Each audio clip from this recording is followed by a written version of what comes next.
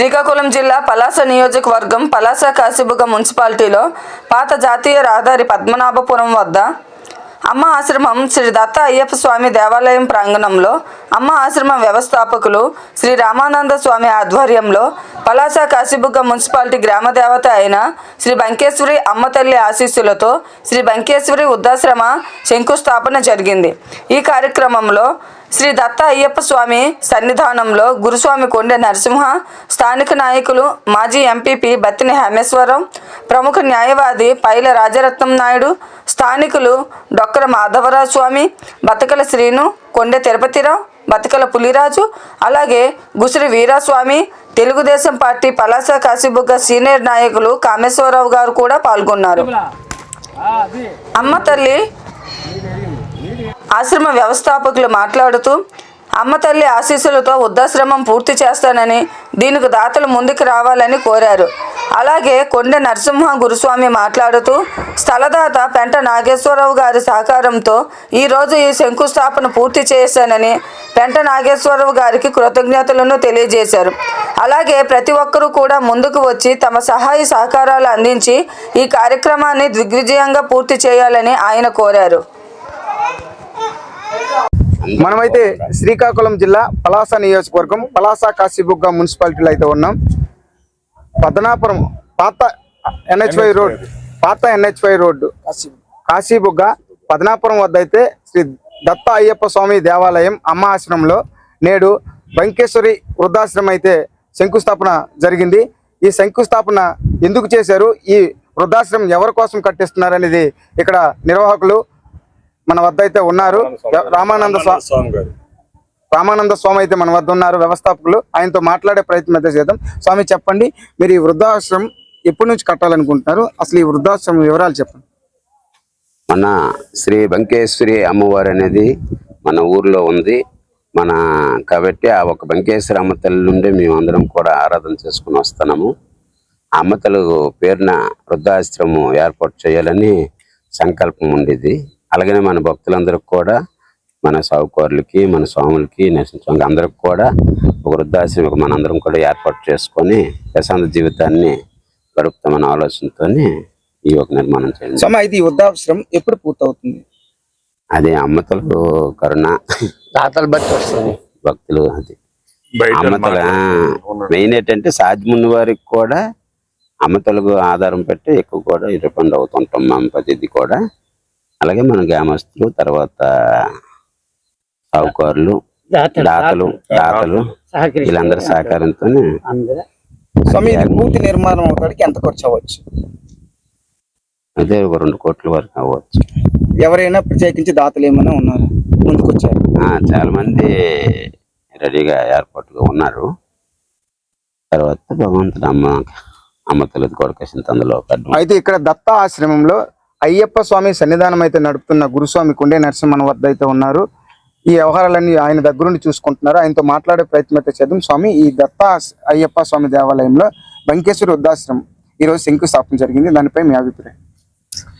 స్వామి శరణమయ్యప్ప, స్వామి శరణం. ఈ పలాస కాశీబుగ్గలో ఇంతవరకు వృద్ధాప్య ఆశ్రమం అయితే లేదు. చాలా మంది వృద్ధులు బాధపడుతున్నారు. కాబట్టి దీని మీద మన రామానంద స్వామి గారు, శ్రీ బంకేశ్వరి ఆలయం పూజారి గారు, మరి ఆ దత్త అయ్యప్ప, ఈ రెండు చూస్తున్న మన రామానంద స్వామి గారు ఒక నిర్ణయం తీసుకున్నారు. స్వామి, ఈ ఏరియాలో వృద్ధాప్య ఆశ్రమం లేదు, వృద్ధాప్య ఆశ్రమం పెడితే చాలా వృద్ధులకి ఉపయోగపడడం అవుతుంది. ఈ పలాస కాశీబుగ్గలో చాలా మంది ఈ వృద్ధాప్య ఆశ్రమం కడితే మేము డొనేషన్లు ఇస్తామని స్వామి గారికి చెప్పడం వల్ల స్వామి గారి ఒక నిదర్శనం తీసుకొని ఎలాగైనా ఇది కట్టి వృద్ధులకి ఆశ్రమం కల్పించాలని ఒక స్వామి శ్రద్ధతో పట్టుబట్టారు. సుమారుగా ఇప్పటికీ అయితే 3 సంవత్సరాలు అవుతుంది.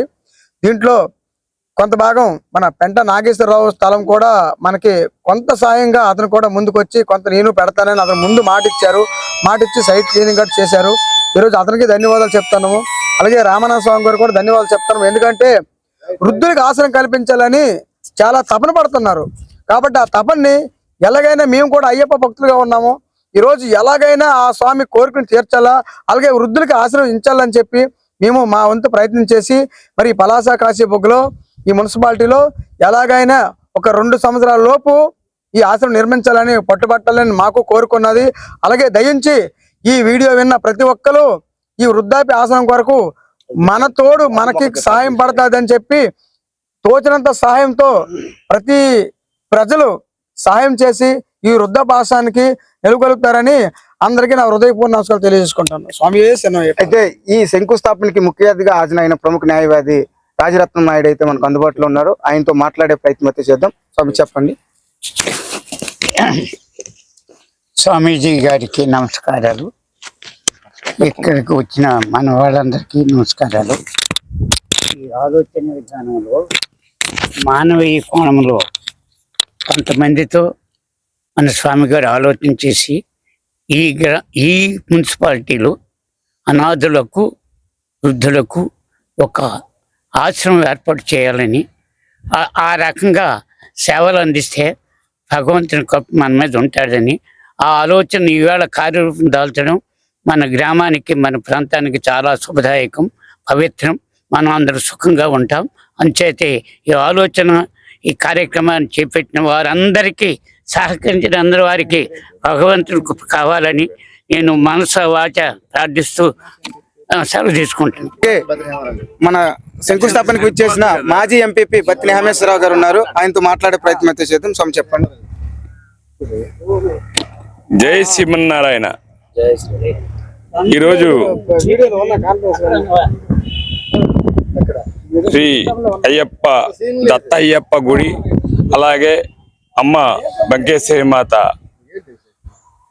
నిర్మాణ కర్త మా స్వామి గారు శ్రీ రామానంద స్వామి గారు ఎప్పుడో ఆలోచనలో పుట్టిన కార్యక్రమే ఇది.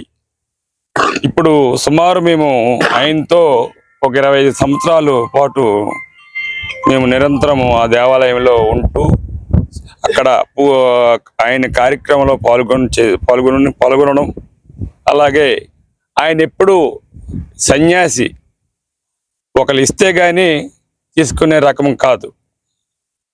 ప్రతి ఒక్కరూ వాళ్ళు మనస్ఫూర్తిగా ఇచ్చిన ఇస్తేనే గాని చేయి సాపే రకం కాదు. అమ్మ ఆశయంతో ఈరోజు ఇంతటి బృహత్తమైన కార్యక్రమాన్ని మా స్వామి గారు ఈరోజు చేపట్టడం జరిగింది. అలాగే ఇక్కడ అయ్యప్ప ప్రతి సంవత్సరం మాలాధారణ జరుగుతుంది.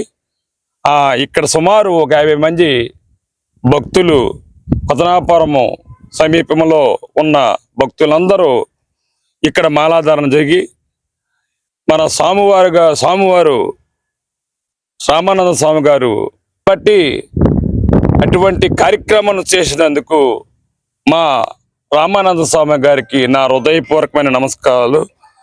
అలాగే ఈ చుట్టుపక్కల ఉన్న గ్రామాలు అలాగే మున్సిపాలిటీ అందరూ దాతలందరూ ఈ వీడియోని చూసి ప్రతి ఒక్కరూ దీన్ని సహకరించాలని మా స్వామి తరపున మనసావాస హృదయపూర్వకమైన మీ అందరికీ కోరుకుంటూ